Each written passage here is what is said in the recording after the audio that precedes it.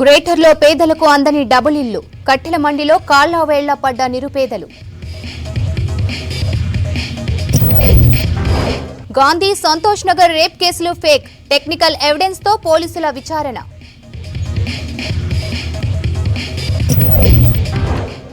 సిటీలో 26 లక్షల నకిలీ నోట్ల పట్టివేత, 5గురిని అరెస్టు చేసిన టాస్క్ ఫోర్స్. నెక్లెస్ రోడ్లో గ్రాండ్ గా నర్సరీ మేళా, ఆకట్టుకుంటున్న రకరకాల మొక్కలు.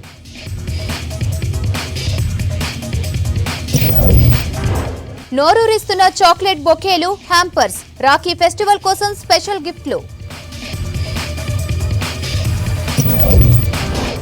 రేపటి వరలక్ష్మి వ్రతానికి ఆలయాలు రెడీ, అమాంతం పెరిగిన పూలు పండ్ల రేట్లు.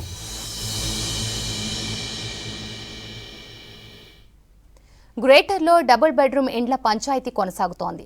5 ఏళ్ల క్రితం ప్రభుత్వం జీహెచ్ఎంసీ ఇచ్చిన హామీని నెరవేర్చకపోవడంతో లబ్ధిదారులు రోడ్లపైకి వచ్చి ఆందోళన చేస్తున్నారు. మరికొన్ని చోట్ల ఓపిక నశించి డబుల్ బెడ్రూమ్ ఇళ్ల తాళాలు పగలగొట్టి లోపలికి వెళ్లి నివాసం ఉంటున్నారు.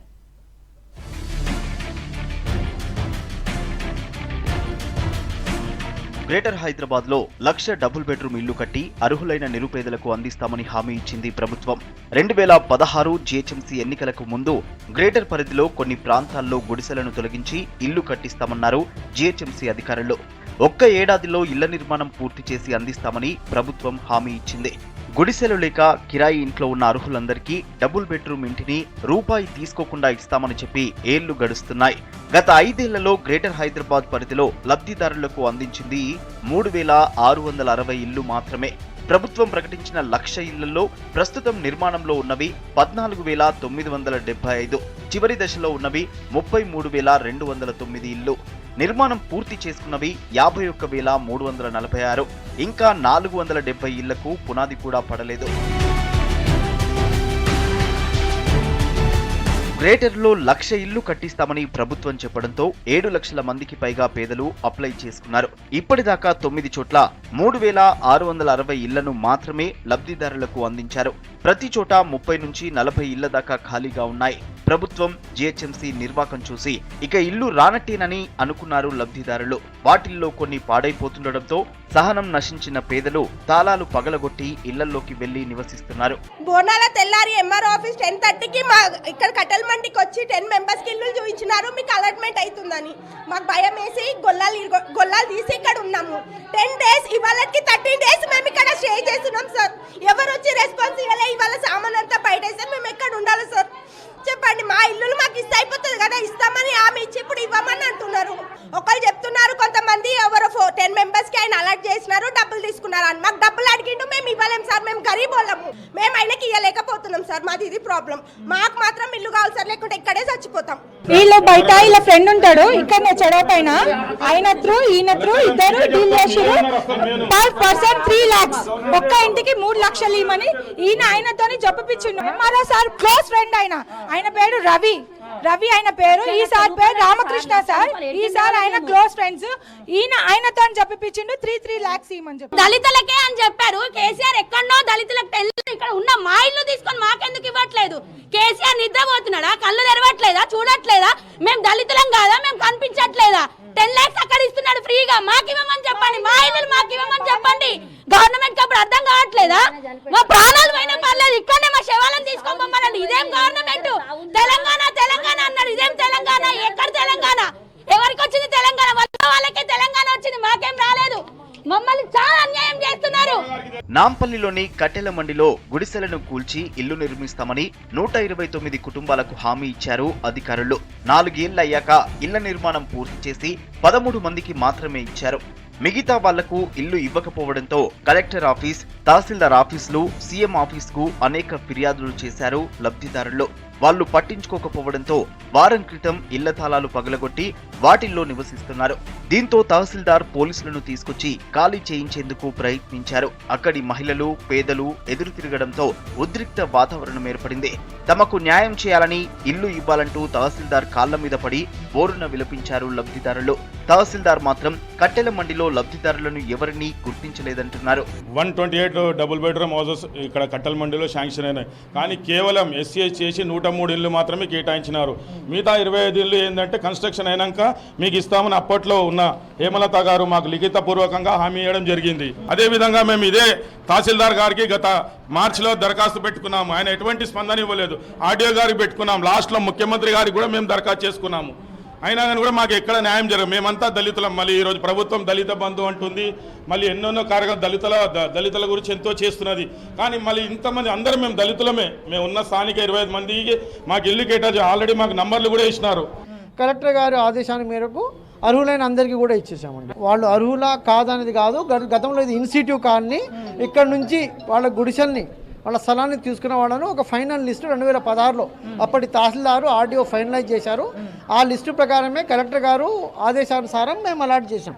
అంటే వాళ్ళు చాలా రిప్రజెంటేషన్ కూడా మాకే ఇవ్వాలి, ఇంకా కొంతమంది అర్హులమైన వాళ్ళం ఉన్నాము, మాకు ఇవ్వాలని రిప్రజెంట్ చేసుకున్నారు. అది పెండింగ్ లో ఉందండి. డబుల్ బెడ్రూమ్ ఇళ్ల లబ్ధిదారులను గుర్తించాలని ఏడాదిన్నర క్రితం ప్రభుత్వం జీవో రిలీజ్ చేసింది. కానీ దాన్ని బల్దియా అధికారులు పట్టించుకోకపోవడంతో లబ్ధిదారులు మండిపడుతున్నారు. ఇప్పటికైనా ప్రభుత్వం అర్హులను గుర్తించి ఇండ్లు కేటాయించాలని డిమాండ్ చేస్తున్నారు. రియల్ లైఫ్ క్రైమ్ స్టోరీని రియల్ లైఫ్లో నిజమని నమ్మించాలనుకున్నారు ఇద్దరు యువతులు. పోలీసుల విచారణతో అంతా ట్రాష్, ఫాల్స్ అని తేలింది. గాంధీ హాస్పిటల్, ఆ తర్వాత సంతోష్ నగర్లో గ్యాంగ్ రేప్ అంటూ సిటీలో సంచలనం కలిగించింది. అలర్ట్ అయిన పోలీసులు టెక్నికల్ ఎవిడెన్స్తో విచారణ పూర్తి చేసి అదంతా బూటకమని గుర్తించారు.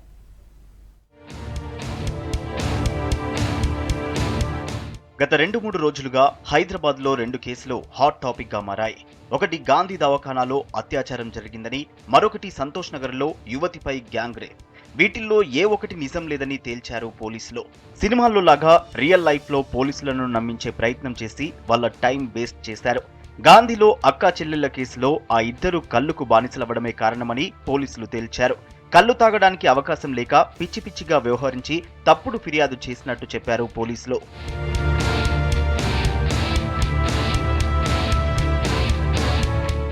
గాంధీ హాస్పిటల్కు వచ్చిన అక్కా చెల్లెళ్లలో అక్క హాస్పిటల్ నుంచి ఆచూకీ లేకుండా పోయింది. ఆమెను వెతుక్కుంటూ చెల్లిని వెతుక్కుంటూ అక్క ఒకరినొకరు కమ్యూనికేషన్ లేకుండా గందరగోళంలో పడ్డారు. ఇదే టైంలో చెల్లికి అదే హాస్పిటల్లో వర్క్ చేసే సెక్యూరిటీ గార్డుతో పరిచయం ఏర్పడింది. అక్క ఆచూకీ దొరకపోవడంతో రోజులు గడుస్తున్నాయన్న టెన్షన్తో తమపై లైంగిక దాడి జరిగిందని చెల్లి కుటుంబ సభ్యులకు చెప్పింది. అక్క కనిపించకపోవడంతో తనని తప్పుపడతారనే అనుమానంతో అఘాయిత్యం జరిగిందంటూ పోలీసులకు కంప్లైంట్ ఇచ్చింది చెల్లి. Scientific investigation of crime against women, because as per law ఒక DYSP rank officer, ACP rank officer ద్వారా చేయాలి. So that shows it is serious case ఉంది. అండ్ దట్ ఈస్ వై అందరు ఇంతకు ముందు కూడా అన్ని ఫోరమ్స్లో ఈ రిక్వెస్ట్ జరిగింది. నేను కూడా మీ అందరి డేస్లో కేసు సాల్వ్ అయింది. కేసులో అంత ఏం మిస్టరీ లేవు, ఏం మిస్సింగ్ లింక్స్ కూడా లేవు.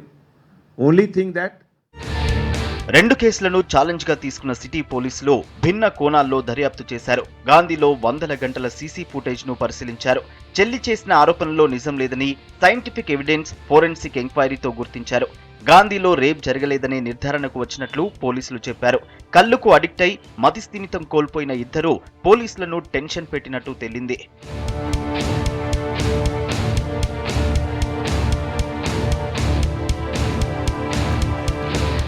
సంతోష్ నగర్లో ఓ యువకుడిపై ప్రతీకారం తీర్చుకునేందుకు నిర్భయ ఘటన ప్లాన్ అల్లిందో యువతి.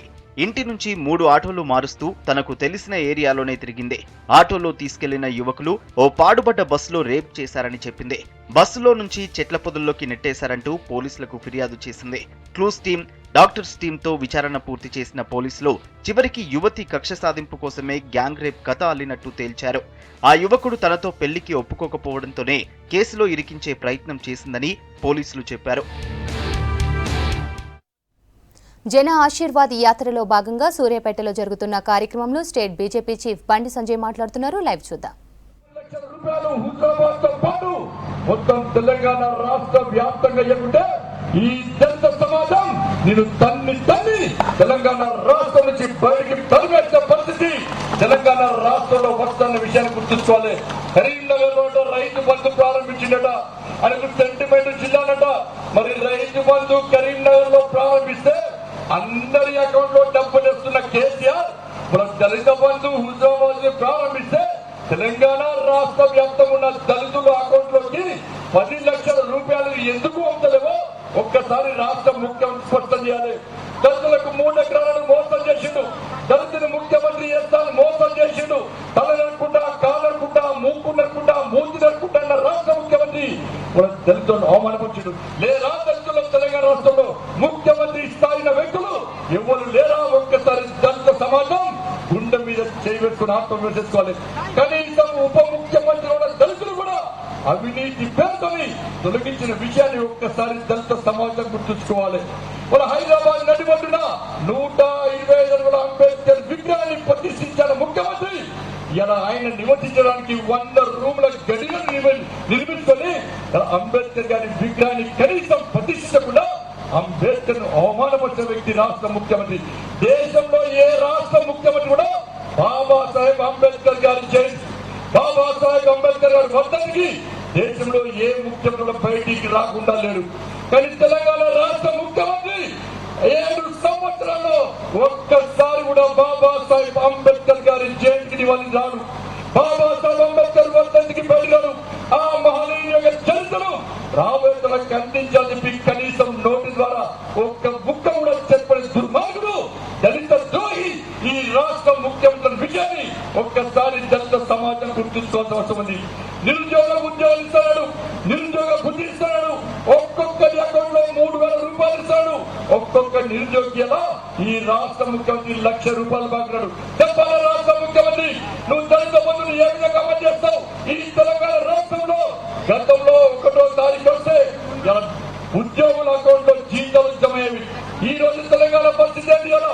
ఒక్కొక్క రోజు ఒక్కొక్క జిల్లాకు, ఈ రోజు ఒక జిల్లాకు, రేపు ఒక జిల్లాకు, ఎల్లుండి ఒక జిల్లాకు చొప్పున ఇవాళ జీతాలు ఇచ్చే పరిస్థితి తెలంగాణ రాష్ట్రంలో ఉంటే ఇవాళ ఏ విధంగా దళిత బంధువులు తెలంగాణ రాష్ట్రంలో అమలు చేస్తావో రాష్ట్ర ముఖ్యమంత్రి స్పష్టం చేస్తుంది.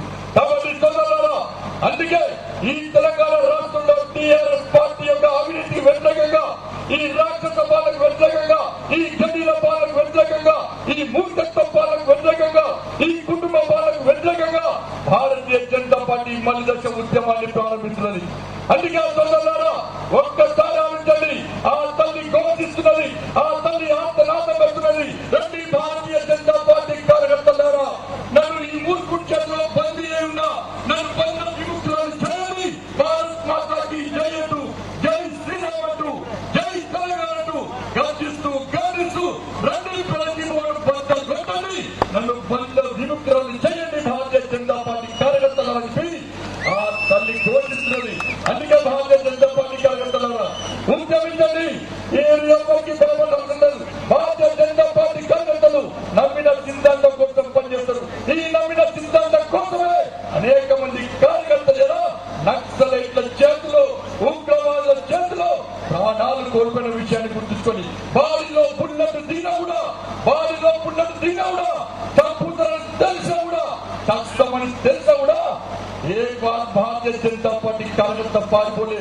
దుబాయ్ పోలే, మస్కట్ పోలే, లండన్ పోలే, కేసీఆర్లకు దుబాయ్ కానీ ఎక్కడికైనా పోలే. కేవలం చనిపోతామని తెలిసి కూడా జెండాను విడవకుండా భారత్ మాతాకి జయను నిలదీస్తూ ఆత్మ త్యాగం చేసినటువంటి కార్యకర్తల పార్టీ భారతీయ జనతా పార్టీ. అందుకే కేసీఆర్ తెలుసున్నాం, నువ్వు మమ్మల్ని లాలిస్తే పొంద కొట్టినా, మా కాళ్ళు విరగొట్టినా, మా చేతులు విరగొట్టినా, మా నడుములు విరగొట్టినా, మా మీద రౌడీ షీట్లు ఓపెన్ చేసినా, మా మీద కమ్యూనల్ షీట్లు ఓపెన్ చేసినా, మమ్మల్ని జైలుకున్నా కూడా మేము నీ గడ్డీలు బొత్త కొట్టే వరకు, నీ మెడలు వంచే వరకు, ఈ టీఆర్ఎస్ శని తెలంగాణ నుంచి పాల్పే వరకు కూడా ప్రతి భారతీయ జనతా పార్టీ కార్యకర్త ముందుకు రావాల్సిన అవసరం ఉంది. అందుకే ఇలా కిషన్ రెడ్డి గారు మనకు కష్టాలు ఉన్నప్పుడు, మనకు ఆపద ఉన్నప్పుడు మనలో కూడా భరోసా నింపడానికి, మనకు అండగా ఉండడానికే ఇలా కేంద్ర ప్రభుత్వం నరేంద్ర మోడీ గారి నేతృత్వంలోని భారతీయ జనతా పార్టీ ప్రభుత్వం ఇలా కిషన్ రెడ్డి గారిని కేంద్ర మంత్రిగా నియమించింది. అందుకే ఈ సందర్భంగా ఒక మంచి అవకాశం మనకి ఇచ్చినటువంటి మన ప్రియతమ నేత శ్రీ నరేంద్ర మోడీ గారికి ఈ తెలంగాణ రాష్ట్ర ప్రజలతో కూడా ఈ సూర్యాపేట జిల్లా తరఫున వినమ్ర పూర్వక అభినందనలు తెలియజేస్తూ, అందుకే సోదరులారా మీ అందరి ఆశీర్వాదం కోసం కిషన్ రెడ్డి గారికి వచ్చారు. మీ ఆశీర్వాదంతో రేపు నుంచి ప్రారంభించే అనేక కార్యక్రమాలు తెలంగాణ రాష్ట్ర వ్యాప్తంగా ఉన్నాయి. రాబోయే రోజుల్లో ఈ నెల 24వ తారీఖు నాడు కూడా ఇలా మీ అందరి ఆశీస్సులతో ఇలా ప్రజా సంగ్రామ యాత్రను హైదరాబాద్ నది బొట్టున ఉన్నటువంటి భాగ్యలక్ష్మి అమ్మవారి ఆశీర్వాదంతో ప్రజా సంగ్రామ యాత్ర నిర్వహించబోతున్నాం. కాబట్టి మీరందరూ కూడా ఈ 2 యాత్రలో పాల్గొని మాకండగా ఉండండి. భారతీయ జనతా పార్టీని ఆశీర్వదించండి, అభిమానించండి, అండగా ఉండాల్సిందిగా మీ అందరికీ విజ్ఞప్తి చేస్తూ సాయంత్రం 5 గంటలకు ప్రారంభించాల్సిన కార్యక్రమం రాత్రి 10 అయినప్పుడు కూడా ఇంత పెద్ద సంఖ్యలో హాజరై కిషన్ రెడ్డి గారికి ఘన స్వాగతం పలికినందుకు సూర్యాపేట ప్రజలందరకు, అక్కలకు, తమ్ముళ్లకు, అన్నలకు, చెల్లెలకు అందరూ కూడా శిరస్సు వంచి నమస్కారం తెలియజేస్తున్నాడు. భారత్ మాతాకి, భారత్ మాతాకి జై శ్రీరామ్, జై శ్రీరామ్, వందే వందే రామ లక్ష్మణ జానకి, రామ లక్ష్మణ జానకి. ధన్యవాదాలు. ఇప్పుడు నేషనల్ హైవేకి సంబంధించిన ఇళ్ల కూలి ప్రభుత్వ పరంగా ఒక విషయం కేంద్ర మంత్రి గారి దృష్టికి తీసుకురావాల్సిన అవసరం ఉంది. అన్యాయంగా ఇక్కడ రెవెన్యూ శాఖ మంత్రి అతని అధికారాన్ని ఉపయోగించి సూర్యాపేటలో వెడల్పు కార్యక్రమాన్ని ఏ రాజకీయ పార్టీ కూడా వ్యతిరేకించలేదు. ఈరోజు ప్రభుత్వ భూముల్లో కానీ, ఎండోమెంట్ భూముల్లో కానీ నిర్మాణాలు జరిగిన విషయంలో ఈ జిల్లాలోనే తుంగతుర్తి, వెలుగుపల్లి కానీ, జనగాం, సూర్యాపేట వెడల్పు కార్యక్రమంలో అరవపల్లిలో దేవస్థాన భూములో ఇళ్లు నిర్మాణం జరిగిన వారికి ఆ ఇళ్లు నిర్మాణానికి ప్రభుత్వ పరంగా డబ్బులు ఇచ్చినారు. ఎవరైతే ఇళ్లు కట్టుకున్నారో ఆ స్థలం ఎండోమెంట్ ల్యాండ్ వాళ్ళైతే ఎండోమెంట్ కు డబ్బులు ఇవ్వడం జరిగింది. ఈరోజు వందలాది సంవత్సరాల నుండి ధర్మభిక్షం గారి స్టాచ్యూ నుండి ఈనాడు ఆఫీస్ వరకు కానీ ఏదైతే రోడ్డు వెడల్పు కార్యక్రమం ఉందో దాన్ని ఏ రాజకీయ పార్టీ కూడా వ్యతిరేకించడం లేదు. అవన్నీ కూడా కేంద్ర ప్రభుత్వ నిధులు. ఈరోజు ప్రతి రూపాయి సూర్యాపేటలో ఖర్చు పెట్టే మున్సిపాలిటీకి కేంద్ర ప్రభుత్వ నిధులు. రోడ్డు వెడల్పు కార్యక్రమాన్ని కూడా ఇల్లు కోల్పోయిన వాళ్ళు కూడా వ్యతిరేకించడం లేదు. కానీ వందలాది సంవత్సరాల నుండి మేము ఇల్లు నిర్మాణం జరిగింది, ప్రభుత్వ పరంగా డబ్బులు ఇచ్చినారు. ఎండోమెంట్ ల్యాండ్ లో కానీ ప్రభుత్వ భూముల్లో ఇల్లు నిర్మాణం జరిగిన వాటికి కూడా మాకు కూడా న్యాయంగా ఇల్లు కూలిపోయిన వాళ్లకు మార్కెట్ వాల్యూ ప్రకారం డబ్బులు కావాలని అంటున్నారు. కానీ పోలీసులను పెట్టి కలెక్టర్లు, మున్సిపల్ ఎవరైతే చైర్మన్ కానీ, కమిషనర్ కానీ పోలీస్ బందోబస్తు ఇళ్లను కూలగొట్టినారు. మంత్రి గారికి ఇప్పటికి కూడా సూర్యాపేట ప్రజల మీద నిజమైన నీకు ప్రేమ ఉంటే నేను అడుగుతున్నాను, ఈ సవాలు స్వీకరించండి. ఎక్కడ బహిరంగ విచారణకైనా సిద్ధం. అరవపల్లి, జనగాం, సూర్యాపేట, సిరివంచ, రేణిగుంట రోడ్డు మీద అరవపల్లి గ్రామంలో లక్ష్మీ నరసింహస్వామి టెంపుల్ కు 670 ఎకరాలు ఉంది. అరవపల్లి భూములు మొత్తం కూడా దేవస్థాన భూములు. అందులో నిర్మాణాలు జరిగినాయి. ఆ ఇల్లు కూలివేసిన సందర్భంగా రోడ్డు వెడల్పు కార్యక్రమంలో వాళ్ళకు డబ్బులు ఇచ్చినారా, ఇవ్వలేదా? వీళ్ళు ఇక్కడ ఏమి పాపం చేసినారు? మీడియా రంగంలో ఫోటో జర్నలిస్టు పాత్ర కీలకమన్నారు మంత్రి Srinivas Goud. World photography day సందర్భంగా రవీంద్ర భారతిలో తెలంగాణ ఫోటో జర్నలిస్ట్ అసోసియేషన్ నిర్వహించిన వేడుకల్లో పాల్గొన్నారు. ఏ ప్రభుత్వం చేయని విధంగా తెలంగాణ సర్కార్ జర్నలిస్టుల సంక్షేమం కోసం పనిచేస్తుందన్నారు మంత్రి. ఫోటో జర్నలిస్టుల బెస్ట్ పిక్చర్స్ ను ప్రదర్శనగా పెట్టారు. ఉత్తమ ఫోటోలు తీసిన వారికి అవార్డు అందించారు మంత్రి శ్రీనివాస్ గౌడ్.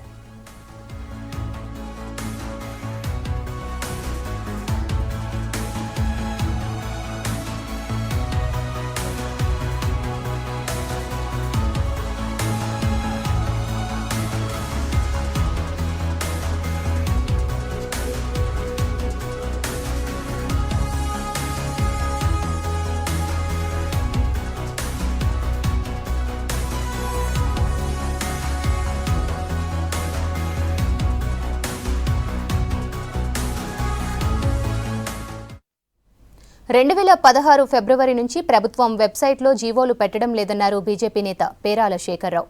రంగారెడ్డి కోర్టు భవనాల పక్కన ఉన్న భూమికి సంబంధించి ఆర్టీఐ కింద జీవోలు అడిగితే ఫైల్స్ మిస్ అయ్యాయని సమాధానం చెప్పారన్నారు.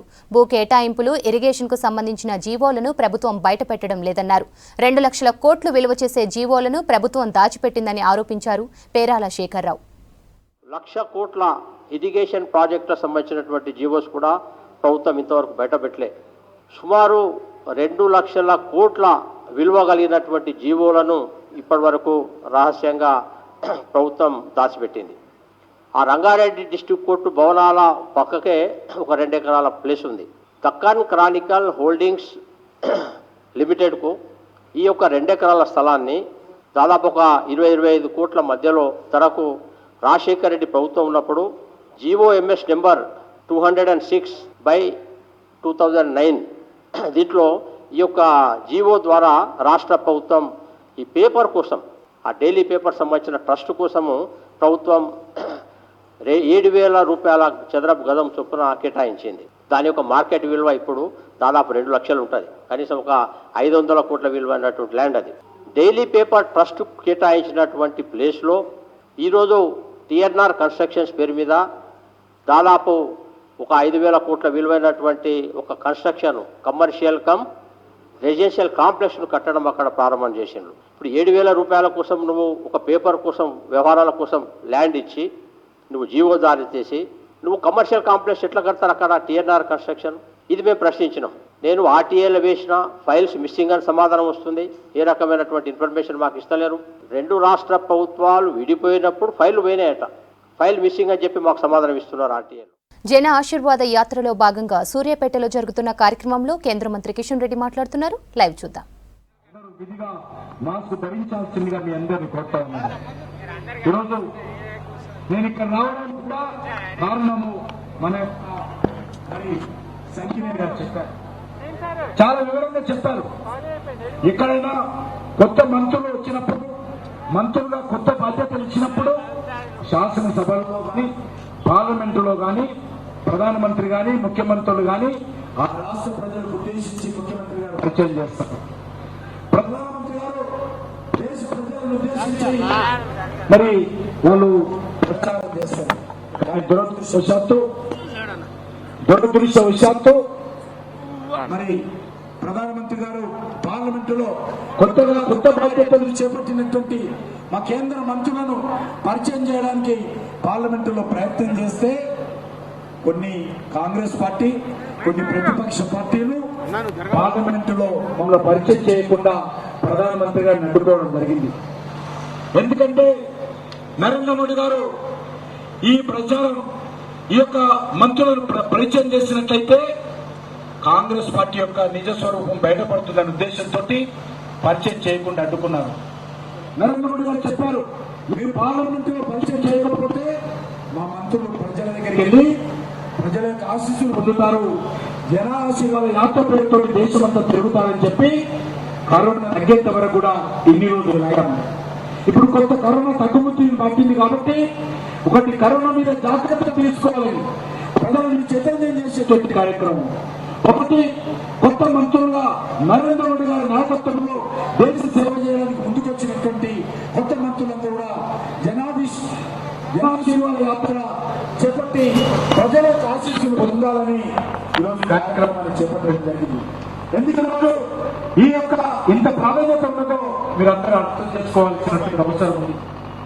స్వాతంత్రం వచ్చిన తర్వాత మొదటిసారి ఈరోజు నరేంద్ర మోడీ గారి నాయకత్వంలో మరి 72 మంత్రులుంటే ఆ 74 మంత్రులుంటే ఆ 74 మంత్రులలో 52 మంది బడుగు పైన వర్గాలకు చెందినటువంటి వాళ్ళను కేంద్ర మంత్రులుగా నియమించారు.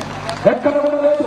స్వాతంత్రం వచ్చిన చెప్పి ఇప్పటి వరకు చూసినట్లయితే ఇంతమంది బడుగు పైన వర్గాలకు చెందినటువంటి మంత్రులు, సాధారణ అలాంటి కుటుంబాల నుంచి వచ్చినటువంటి వ్యక్తులు, పార్టీ కోసం కష్టపడేటువంటి వ్యక్తులు, పేదల వాళ్ళను, రైతు కుటుంబాల నుంచి వచ్చినటువంటి వాళ్ళను ఈరోజు మంత్రులుగా చేయడం జరిగింది.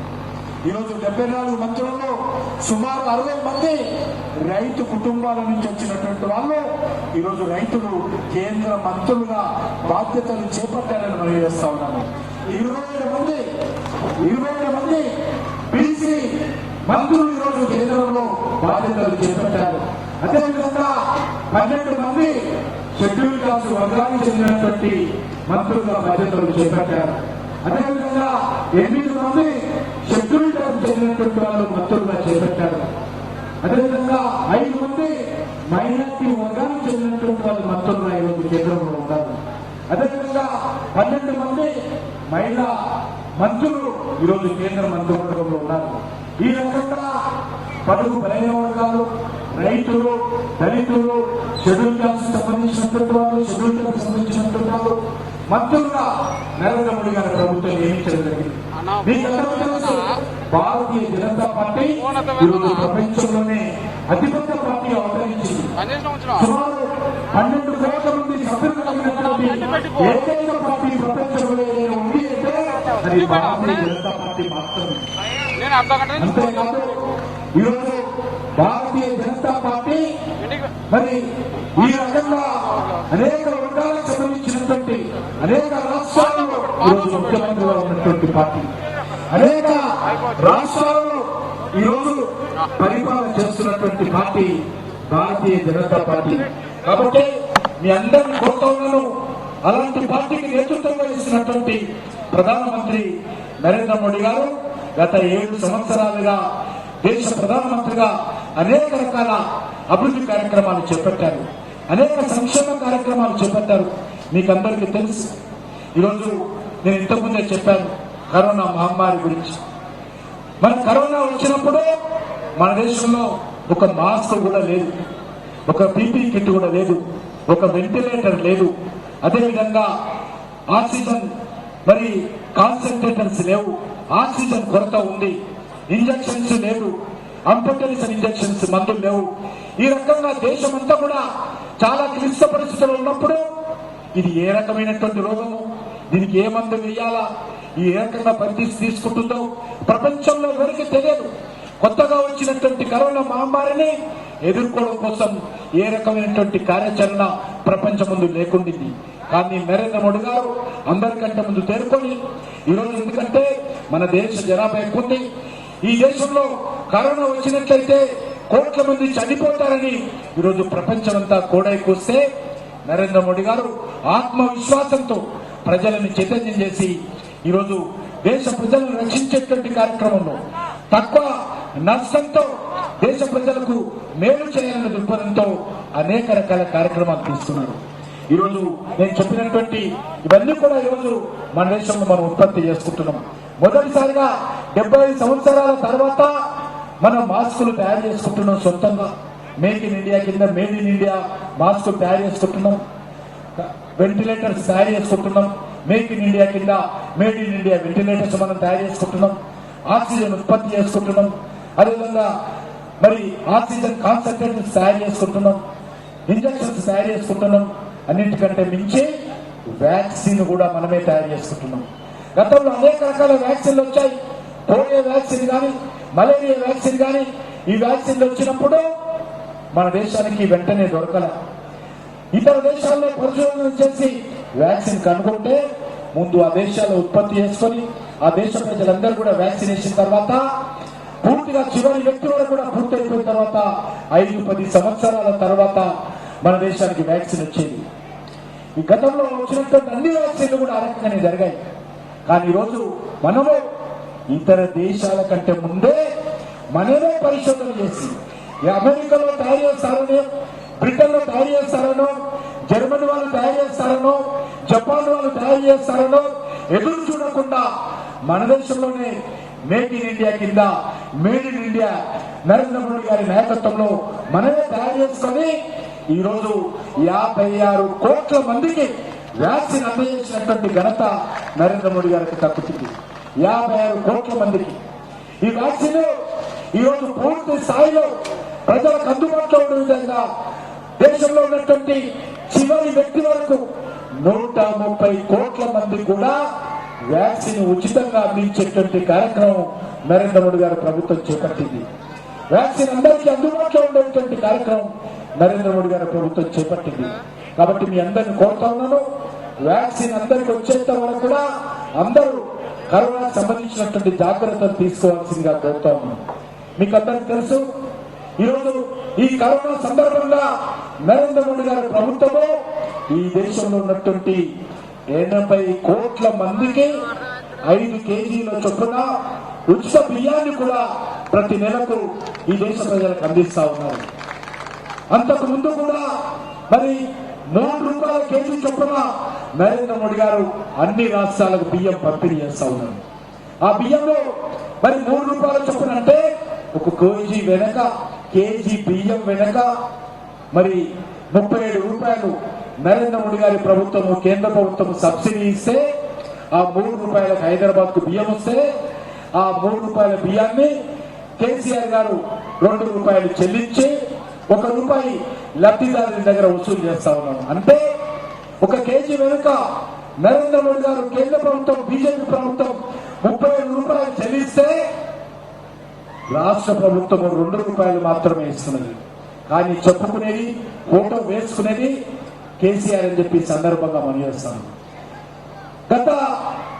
గత 7 సంవత్సరాలుగా ఈ రాష్ట్ర అభివృద్ధి కోసం నరేంద్ర మోడీ గారి ప్రభుత్వము అనేక రకాల కార్యక్రమాలు చేపట్టింది. అనేక రకాలుగా అది రోడ్ల విషయమే కావచ్చు, జాతీయ రహదారుల విషయమే కావచ్చు, ప్రధానమంత్రి సడక్ యోజన పేరు మీద కుగ్రామాలలో పక్కా రోడ్లు వేసేటువంటి కార్యక్రమం కావచ్చు, ఉచిత బియ్యం పంపిణీ చేసేటువంటి కార్యక్రమం కావచ్చు, లేక గ్రామ పంచాయతీలకు అభివృద్ధి. గత 7 సంవత్సరాలుగా మీరందరూ ఒకసారి టీఆర్ఎస్ పార్టీని కేసీఆర్ అడగాలి, అయ్యా మీ గ్రామాలకు 1 రూపాయి కేసీఆర్ పార్టీ ప్రభుత్వం ఈ రాష్ట్రంలో ఇచ్చింది అడగాల్సిందిగా కోరుతాను.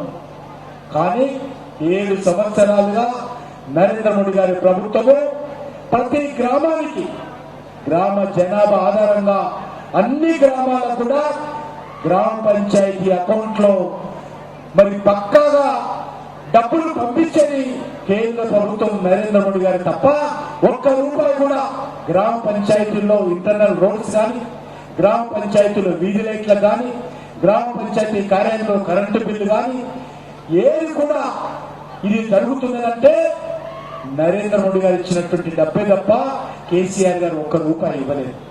అంతేకాదు మున్సిపాలిటీలకు, సూర్యాపేట మున్సిపాలిటీతో సహా అనేక మున్సిపాలిటీలకు క్రమం తప్పకుండా ప్రతి సంవత్సరము డబ్బులు పంపిస్తున్నది నరేంద్ర మోడీ గారి ప్రభుత్వము.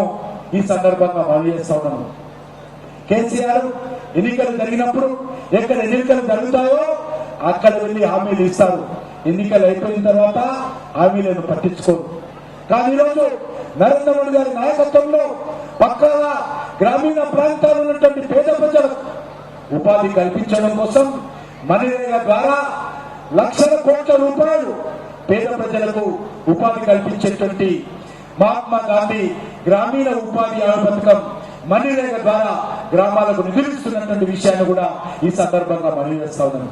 అదేవిధంగా ఈరోజు హాస్పిటల్ అభివృద్ధి కోసం కావచ్చు, లేక పాఠశాల అభివృద్ధి కోసం కావచ్చు, పాఠశాలలో మధ్యాహ్న భోజన పథకం కావచ్చు, పాఠశాలలో విద్యార్థులకు ఇచ్చేటువంటి ఈరోజు యూనిఫామ్ కూడా నరేంద్ర మోడీ గారి ప్రభుత్వం పంపించేటువంటి నిధులతోటే ఈరోజు దేశవ్యాప్తంగా ఉన్నటువంటి అందరి పేద విద్యార్థులకు, ప్రభుత్వ పాఠశాలలో చదివేటువంటి విద్యార్థులకు మధ్యాహ్న భోజనం కానీ లేక యూనిఫామ్ కానీ ఇస్తా ఉన్నారు.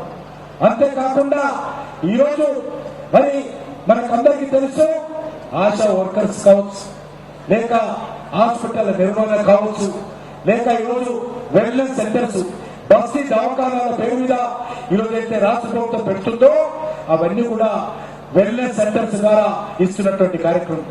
ఆయుష్మాన్ భారత్ పేరు మీద ప్రతి కుటుంబానికి సంవత్సరానికి 5 లక్షల రూపాయల విలువైనటువంటి మరి కార్పొరేట్ హాస్పిటల్లో వైద్యం అందించేటువంటి కార్యక్రమం కూడా నరేంద్ర మోడీ గారి ప్రభుత్వం చేస్తా ఉంది. ఆయుష్మాన్ భారత్ పేరు మీద దేశమంతా జరుగుతూ ఉంటే మన దేశంలో మొన్న మున్సిపల్ ఎన్నికల తర్వాత భయపడిపోయి కేసీఆర్ గారు ఈ రాష్ట్రంలో కూడా అమలు చేస్తారని చెప్పాడు. కానీ ఇంతవరకు ఆయుష్మాన్ భారత్ తెలంగాణలో పూర్తి స్థాయిలో అమలు జరగకుండా పేద ప్రజలకు అన్యాయం చేసినటువంటి ప్రభుత్వము టిఆర్ఎస్ ప్రభుత్వము, ముఖ్యమంత్రి కేసీఆర్ గారు. అంతేకాకుండా ఈరోజు బీసీ వర్గాలకు అనేక రకాలుగా న్యాయం చేసినటువంటి చరిత్ర నరేంద్ర మోడీ గారి ప్రభుత్వాన్ని. గతంలో వివిధ రాష్ట్రాలలో ఎవరు బీసీలుగా ఉండాలి, బీసీలు ఏ కేటగిరీలో ఉండాలి పార్లమెంటు నిర్ణయించేది. ఆ రకంగా సూర్యాపేట జిల్లాలో ఎవరు బీసీలుగా ఉండాలనేటువంటిది పార్లమెంట్ కాదు, అసెంబ్లీలకు అధికారం ఇవ్వాలని అనేక రోజుల నుంచి బీసీ సంఘాలు ఉద్యమాలు చేస్తా ఉన్నాయి, పోరాటాలు చేస్తా ఉన్నాయి. చివరకు నరేంద్ర మోడీ గారి ప్రభుత్వము బీసీ సంఘాల యొక్క డిమాండ్లను, బీసీ ఉద్యోగుల యొక్క డిమాండ్లను అంగీకరించి ఈరోజు రాష్ట్రాలకు అధికారం కట్టబెట్టే విధంగా పార్లమెంటులో రాజ్యాంగ సవరణ చేసి ఈరోజు బీసీలకు మేలు జరిగేటువంటి చర్యలు తీసుకున్నారు.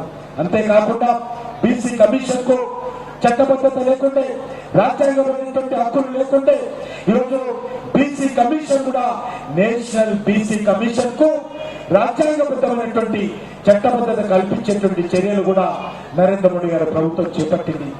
అంతేకాకుండా కేంద్ర ప్రభుత్వ ఆధ్వర్యంలోని విద్యా సంస్థల్లో బీసీ రిజర్వేషన్స్ గతంలో ఉండేవి కాదు. కానీ నరేంద్ర మోడీ గారు ప్రధానమంత్రి అయిన తర్వాత కేంద్రీయ విద్యాలయాల్లో కానీ, నవోదయ విద్యా సంస్థల్లో కానీ, మిలిటరీ సైనిక్ స్కూల్లో కానీ ఈరోజు బీసీ రిజర్వేషన్స్ అమలు చేసి బీసీలకు న్యాయం చేసేటువంటి చర్యలు కేంద్ర ప్రభుత్వం తీసుకున్నదని ఈ సందర్భంగా తెలియజేస్తున్నాను. ఈ రకంగా చెప్పుకుంటూ పోతే అనేక సంక్షేమ కార్యక్రమాలు ఈరోజు నరేంద్ర మోడీ గారి నేతృత్వంలో భారతీయ జనతా పార్టీ ప్రభుత్వం చేపట్టిందని ఈ సందర్భంగా తెలియజేస్తున్నాను. అంతేకాకుండా ఈరోజు మనం చూస్తా ఉన్నాం, ఈరోజు హాస్టళ్ల నిర్మాణం కావచ్చు, ఎస్సీ హాస్టల్ నిర్మాణం కానీ, బీసీ హాస్టల్ నిర్మాణం కానీ, లేకపోతే మైనార్టీ హాస్టళ్ల నిర్మాణం కానీ నరేంద్ర మోడీ గారి ప్రభుత్వము చాలా పెద్ద ఎత్తున అన్ని రాష్ట్రాలకు కూడా నిధులిచ్చి ఆ యొక్క హాస్టళ్లు తెరవడం కోసం, హాస్టళ్లు నిర్వహించడం కోసం సహకారం అందిస్తున్నటువంటి విషయాన్ని కూడా ఈ సందర్భంగా మనవి చేస్తా ఉన్నాను. దాంతో పాటు ఈరోజు మనకు తెలుసు కేంద్ర ప్రభుత్వము ఈరోజు మరి ఈబీసీ రిజర్వేషన్స్ కూడా ప్రవేశపెట్టింది. ఎవరైతే రిజర్వేషన్స్ పరిధిలో ఉన్నటువంటి ఆర్థికంగా పేదవాళ్ళు ఉంటారో వాళ్ళకి ఈరోజు ఈబీసీ రిజర్వేషన్స్ 10% ప్రవేశపెట్టి ఈబీసీ రిజర్వేషన్స్ కూడా అమలు చేస్తున్నటువంటి మొట్టమొదటి ప్రభుత్వము నరేంద్ర మోడీ గారి ప్రభుత్వం మనవి చేస్తున్నాను. మిత్రులారా, ఏ వర్గాలు చూసినా ఈరోజు అన్ని వర్గాలకు, రైతులకు మరి ఈరోజు మనం చూస్తా ఉన్నాం ఎంఎస్పీ. ఒక్కసారి రైతులు ఉన్నటువంటి వాళ్ళని అడగాల్సిందిగా కోరుతా ఉన్నాం. 2014లో ధాన్యం ధర ఏ రకంగా ఉండింది, ఈరోజు ధాన్యం ఎంత ధర పెరిగిందో ఒక్కసారి ఆలోచన చేయండి. అది ధాన్యం కానీ, పత్తి కానీ, మిర్చి కానీ అన్ని రకాలుగా ఈరోజు రైతుల ఉత్పత్తులకు ఎంఎస్పీ పెంచి రైతులను ఆదుకుంటున్నటువంటి ప్రభుత్వము నరేంద్ర మోడీ గారి ప్రభుత్వం. అంతేకాకుండా ఈరోజు రైతుల యొక్క పంటలకు గిట్టుబాటు ధర కల్పించే కార్యక్రమంతో పాటు ఈరోజు పంటల బీమా పథకం కూడా సమర్థవంతంగా ఈ దేశంలో నరేంద్ర మోడీ గారి ప్రభుత్వం అమలు చేస్తూ ఉంది. రైతులకు సంబంధించి అప్పుడు క్రాప్ లోన్ ఇచ్చేటువంటి కార్యక్రమం కూడా విస్తృతంగా అందరికీ క్రాప్ లోన్ ఇచ్చేటువంటి కార్యక్రమం కూడా చేపట్టింది. రైతులు పండించేటువంటి పంట ఒక మార్కెట్ యార్డులో అమ్ముకోవాల్సిన అవసరం లేదు.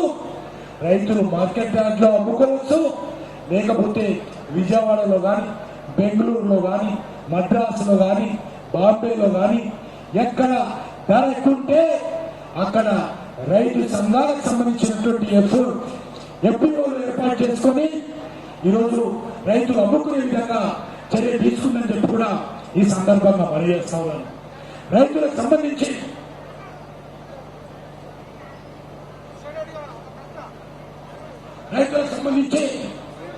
అనేక రకాలుగా రైతులకు సంబంధించి కార్యక్రమాలు చేపడుతున్నటువంటి విషయాన్ని కూడా ఈ సందర్భంగా మనవేస్తున్నాను. రైతులకు గిట్టుబాటు కల్పించే కార్యక్రమం, రైతులకు మేలు చేసేటువంటి కార్యక్రమం ఈ ప్రభుత్వం చేపట్టింది. కాబట్టి మీరందరూ కూడా ఆలోచన చేయండి. రైతులకు న్యాయం జరగాలని నరేంద్ర మోడీ గారి ప్రభుత్వం ఆలోచన చేస్తుంది.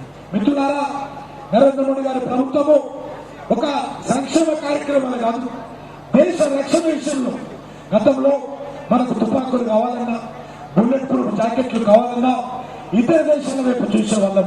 మన పోలీసులకు కానీ లేక మిలిటరీ కానీ లేకపోతే సైన్యంలో ఉండేటువంటి వాళ్ళకు కానీ ఈరోజు ఏ ఆయుధాలు కావాలన్నా ఏ రకమైనటువంటి మరి ఆయుధ సామాగ్రి కావాలన్నా ఇతర దేశాల నుంచి దిగుమతి చేసుకునే వాళ్ళం.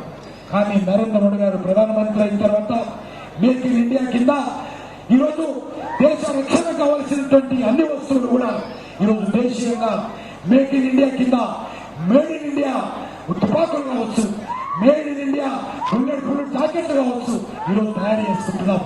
నరేంద్ర మోడీ గారు ప్రధానమంత్రి అయిన తర్వాత కర్ఫ్యూలు లేవు. నరేంద్ర మోడీ గారు ప్రధానమంత్రి అయిన తర్వాత మత కళాలు లేవు. నరేంద్ర మోడీ గారు ప్రధానమంత్రి అయిన తర్వాత ఉగ్రవాద పేలులు లేవు, బాంబు పేలులు లేవు. ఈరోజు దేశమంతా కూడా చాలా సంతోషంగా అన్ని వర్గాల ప్రజలు ఈరోజు జీవనం కొనసాగిస్తా ఉన్నారు. మీకు అందరికీ తెలుసు, ఇటీవల నరేంద్ర మోడీ గారు ప్రభుత్వం అధికారంలోకి వచ్చిన తర్వాత పాకిస్తాన్ మన యొక్క సైనికులు నిద్రపోతున్నటువంటి సైనికులను కాల్చి చంపారు. అదేవిధంగా వారంలో పోతున్నటువంటి సైనికులను పేల్చి 40 మందిని పుల్వామాలో చంపేస్తే నరేంద్ర మోడీ గారి ప్రభుత్వం సర్జికల్ స్ట్రైక్ ద్వారా, ఎయిర్ స్ట్రైక్ ద్వారా ఏ రకంగా పాకిస్తాన్ బుద్ధి చెప్పిందో, ఇంకా ఏ రకంగా జవాబిచ్చిందో మనకందరికీ తెలుసు. కాబట్టి ఐఎస్ఐ ఉగ్రవాదాన్ని అరికట్టడం, పాకిస్తాన్ సంబంధించినటువంటి మరి క్రాస్ బార్డర్ టెర్రరిజాన్ని అరికట్టేటువంటి చర్యలు కూడా నరేంద్ర మోడీ గారి ప్రభుత్వం అనేకంగా తీసుకుంది. అదేవిధంగా ఈరోజు తెలంగాణ రాష్ట్రంలో కూడా 7 సంవత్సరాలుగా మరి కేసీఆర్ ప్రభుత్వం ఉంది. మనమందరం ఏ రకంగా పోరాటాలు చేసి తెలంగాణ తెచ్చుకున్నామో మనకు తెలుసు. తెచ్చుకున్నటువంటి తెలంగాణ ఈరోజు బండి సంజయ్ గారు చెప్పినట్టు ఒక కుటుంబం చేతిలో బందీ అయిపోయింది. ఒక కల్వకుంట కుటుంబం చేతిలో బందీ అయింది. ఆ రోజు ఏమన్నాం, నిధులు మరి నీళ్లు నియామకాలని చెప్పి ఆ రోజు పోరాటం చేశాం. సుమారు 1200 మంది పైగా ఆ రోజు బలిదానం చేసుకుని తెలంగాణ తెచ్చుకున్నాం. తెచ్చుకున్నటువంటి తెలంగాణ ఈరోజు ఏ రకమైనటువంటి పరిస్థితుల్లో ఉందో మనం అర్థం చేసుకోవాలి. ఈరోజు టీఆర్ఎస్ పార్టీని అర్థం చేసుకోవాలి, కేసీఆర్ అర్థం చేసుకోవాలి. 7 సంవత్సరాలైంది ముఖ్యమంత్రి కేసీఆర్ గారు తన కుటుంబం కోసం దేనికైనా దిగజారుతారు, ఏదైనా చేస్తారు. తన ముఖ్యమంత్రి కుర్చీ రక్షించుకోవడం కోసం, తన కుటుంబానికి అధికారాన్ని కట్టబెట్టడం కోసం దేనికైనా దిగజారే వ్యక్తి, తెలంగాణ అవసరమైతే తాకట్టు పెట్టే వ్యక్తి మన కేసీఆర్ గారు. కాబట్టి మీ అందరూ కోరుతా ఉన్నాను, పోరాటం చేసి, త్యాగాలు చేసి, బలిదానాలు చేసి, ఉద్యమాలు చేసి అనేక తరాలుగా ఈరోజు తెచ్చుకున్నటువంటి తెలంగాణ కేసీఆర్ కుటుంబం చేతిలో ఈరోజు అనేక రకాల ఇబ్బందులకు గురయ్యేటువంటి పరిస్థితి. భవిష్యత్తు ఇదే విధంగా ఉంటుంది. భవిష్యత్తులో కేసీఆర్ గారు ముఖ్యమంత్రిగా కొనసాగినట్లయితే మరి తెలంగాణ రాష్ట్రము అనేక రకాల ఇబ్బందులకు గురవుతుంది. నేను మీ అందరికీ మనవి చేస్తున్నాను. నరేంద్ర మోడీ అధికారంలోకి వచ్చి 7 సంవత్సరాలైంది. ఒక్క రూపాయి అవినీతి లేకుండా పరిపాలన చేసినటువంటి ఘనత నరేంద్ర మోడీ గారి ప్రభుత్వం. కానీ ఈరోజు ఇదే కేసీఆర్ గారు 7 సంవత్సరాలుగా ఈరోజు ప్రజాధనాన్ని ఏ రకంగా దోపిడీ చేసి ఈరోజు ఎలక్షన్స్ లో గెలవాలనుకుంటున్నారు, చూడాల్సిందిగా కోరుతున్నాను. అవినీతి లేనటువంటి ప్రభుత్వము బీజేపీ ప్రభుత్వము, నరేంద్ర మోడీ గారి ప్రభుత్వం. అవినీతి మయమైనటువంటి ప్రభుత్వము ఈరోజు కేసీఆర్ ప్రభుత్వము, టీఆర్ఎస్ ప్రభుత్వం. కాబట్టి మీ అందరినీ కోరుతా ఉన్నాను, మన తెలంగాణను మనం రక్షించుకోవాలి, తెలంగాణ అభివృద్ధి దిశలో తీసుకెళ్లాలి. తెలంగాణలో వృధా ఖర్చు ఏదైతే కేసీఆర్ చేస్తున్నాడో దాని నుంచి మన తెలంగాణను రక్షించుకొని తెలంగాణను మరింతగా అభివృద్ధి చేసుకోవాలి. మనది ధనిక రాష్ట్రం అని చెప్పాడు, కానీ ఈరోజు ఉద్యోగస్తులకు జీతాలు ఇవ్వలేనటువంటి పరిస్థితి ఏర్పడింది. ఉద్యోగస్తులకు 31వ తేదీ జీతాలు వచ్చేటువంటి పరిస్థితి లేదు. కాబట్టి ఉద్యోగస్తులను కూడా కోరుతా ఉన్నాను, రానున్న రోజుల్లో మీకు ఉద్యోగాలు కాదు, మరో పిఆర్సీ కూడా ఉండదు. ఆయన ఈరోజు పూర్తిగా ఓట్ల కోసం, ఆయన ఈరోజు పూర్తిగా కుటుంబం కోసం, ఆయన ఈరోజు పూర్తిగా ముఖ్యమంత్రి కుర్చీ కోసం దేనికైనా దిగజారే వ్యక్తి మన కేసీఆర్. కాబట్టి అలాంటి వ్యక్తి చేతిలో మనము మరొకసారి అధికారాన్ని ఇవ్వకుండా నరేంద్ర మోడీ గారి నాయకత్వంలో దేశం కోసం పనిచేస్తారు. నరేంద్ర మోడీ గారు దేశం కోసం పనిచేస్తారు. కేసీఆర్ గారు కుటుంబం కోసం పనిచేస్తారు. నరేంద్ర మోడీ గారి పార్టీ జాతీయ పార్టీ, ప్రజల పార్టీ, సిద్ధాంతం కోసం పనిచేసేటువంటి పార్టీ. నరేంద్ర మోడీ గారు భారతీయ జనతా పార్టీ మరి కార్యకర్తల పార్టీ. అదే రోజు టీఆర్ఎస్ పార్టీ కుటుంబ పార్టీ. టీఆర్ఎస్ పార్టీ కల్వకుంట్ల కుటుంబం కోసం పనిచేసేటువంటి పార్టీ, అధికారం కోసం పనిచేసేటువంటి పార్టీ, ప్రజాధనాన్ని దోపిడీ చేసేటువంటి పార్టీ. కాబట్టి ప్రజలారా, సూర్యాపేట ప్రజలారా, మీకు అందరికీ తెలుసు ఈరోజు సూర్యాపేట అభివృద్ధి జరగాలంటే మరి భారతీయ జనతా పార్టీని ఆశీర్వదించాల్సిందిగా కోరుతాను. అందుకే కేంద్రంలో మంత్రులుగా వచ్చినటువంటి నేను నరేంద్ర మోడీ గారి నాయకత్వంలో మీరందరూ కూడా భారతీయ జనతా పార్టీ కేంద్ర ప్రభుత్వాన్ని నరేంద్ర మోడీ గారిని ఆశీర్వదించాల్సిందిగా కోరుతూ ఈ జన ఆశీర్వాద యాత్రతో సూర్యాపేటకు రావడం జరిగింది. ఆలస్యమైనా కూడా ఇంత పెద్ద సంఖ్యలో భారతీయ జనతా పార్టీ మీద ప్రేమతో, నరేంద్ర మోడీ గారి మీద ప్రేమతో మీరందరూ పాల్గొన్నందుకు మీ అందరికీ నా తరఫున, భారతీయ జనతా పార్టీ తరఫున, నరేంద్ర మోడీ గారి తరఫున హృదయపూర్వకమైనటువంటి కృతజ్ఞతలు పేరు పేరున తెలియజేస్తూ సెలవు తీసుకుంటున్నాను. జై హింద్, భారత్ మాతాకి.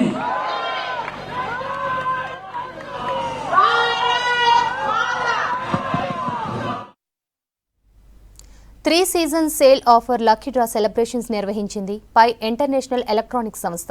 పంజాగుట్ట షోరూంలో లక్కీ డ్రాలో గెలుపొందిన కస్టమర్కు 25 లక్షల చెక్కు ఇచ్చారు పై సంస్థ ఎండీ రాజ్ కుమార్. మణికొండకు చెందిన హరిబాబు ఈ ప్రైజ్ మనీ గెలిచారు. ప్రతి ఏటా 4 సీజన్స్లో పై షోరూమ్స్లో కార్లు మెగా ప్రైజ్ మనీ కస్టమర్లకు ఇస్తూ వారి నమ్మకాన్ని పొందుతున్నామన్నారు సంస్థ ఎండీ రాజ్ కుమార్. 25 లక్షల రూపాయలు గెలవడం సంతోషంగా ఉందన్నారు హరిబాబు. పై ఎలక్ట్రానిక్స్ లో ఇప్పటి వరకు 8 సార్లు ప్రొడక్ట్స్ కొన్నట్లు చెప్పారు. Today we had the prize distribution function. This prize distribution function is to give away the prize for the 3 season sale which was held last month, and the winner is from Hyderabad. The customer had bought a mobile phone and then he won this 25 lakh rupees. Not 1 rupee, not 2 rupee, 25 lakh rupees. Pi conducts different draws every year. There are 4 types of draws. In this time it was 25 lakhs. We have cards also as bumper prizes. So this time it was the 25 lakhs rupees and the customer has won, and then we gave the prize today. నేను పై ఇంటర్నేషనల్లో ఒక mobile కొన్నానండి. 18,000 పెట్టి నేను కొన్నాను. వాళ్ళే ఆ పిల్లలు మనం ఇంటికి వెళ్ళేటప్పుడు మొత్తం బిల్ పే చేశాక నేను తీసుకున్న కూడా ఫైనాన్స్లో క్యాపిటల్ ఫస్ట్ ఫైనాన్స్ పెట్టి తీసేసుకున్నాను. తీసుకొని ఇంటికి వెళ్ళేటప్పుడు నాకు వాళ్ళు ఏం చేస్తారంటే గిఫ్ట్ కూపన్స్ ఇచ్చారు. యాక్చువల్ ఉంటాయని కాదు, మనకు మొబైల్ మిస్ అయిందని మేము వెళ్ళాం. ఆ టైంలో మనకు అది ఉంది. నేను తీసుకున్నాక కూపన్స్ ఇచ్చారు నాకు జూన్లో అవ్వాల్సిన డ్రా ఏమైందంటే ఆగస్టులో జూలైలో వెళ్ళింది. దాంట్లో మనం లక్కీ కస్టమర్గా 25 lakhs కస్టమర్గా నేను వెళ్ళటం నాకు సంతోషంగా ఉంది. గోవును జాతీయ ప్రాణిగా ప్రకటించాలని హైదరాబాద్ నుంచి తిరుమలకు పాదయాత్ర చేస్తోంది శ్రీ బాలకృష్ణ గురుస్వామి బృందం. 5వ రోజు మహబూబ్ నగర్ జిల్లా కొత్తకోట మండలానికి చేరుకున్న గురుస్వామి బృందానికి స్వాగతం పలికారు గోభక్తులు, హిందూ బంధువులు. కొత్తకోట చౌరస్తా గాంధీ విగ్రహం వరకు మహార్యాలీ నిర్వహించారు. తర్వాత కన్యకా పరమేశ్వరి దేవాలయంలో భజన కార్యక్రమాలు చేశారు. గో హత్యలు ఆపాలని, గోవును జాతీయ ప్రాణిగా ప్రకటించాలని పాదయాత్ర చేస్తున్న స్వాములు సంకల్పం నెరవేరాలని కోరుకున్నారు కొత్తకోట ప్రజలు. ఒక మూగజీవిని అమ్మ తర్వాత అమ్మ అని చెప్పే మన గోమాతను అతి కిరాతకంగా చంపుతున్నారు. ఇలాంటి గోహత్యలు ఆగాలని, అన్నిచ్చే అమ్మలాంటి సకల దేవతా స్వరూపమైన గోమాతను జాతీయ ప్రాణిగా గుర్తించాలని, అక్రమంగా వెలిసిన కబేలాలు మూసేయాలని, ప్రపంచవ్యాప్తంగా భారతదేశం నుంచి గోమాంసము కొన్ని వేల టన్నుల ఎగుమతిలో 2వ స్థానంలో ఉంది. అలాంటి గోమాంసం ఎగుమతి ఆగిపోవాలి. హిందువుల ఆరాధ్య దైవంగా ధర్మం 4 పాదాలపై నడుస్తున్న దానికి సంకేతంగా మనం పూజించే గోమాత, మనం పూజించే మన కన్న తల్లి ఈరోజు కర్కశుల చేతిలో పడి ముక్కలు చెక్కలైపోతుంది. మనందరి బాధ్యత. గోమాత లేకపోతే ఈ భూమాత లేదు. That's all for now. Stay tuned to V6 News.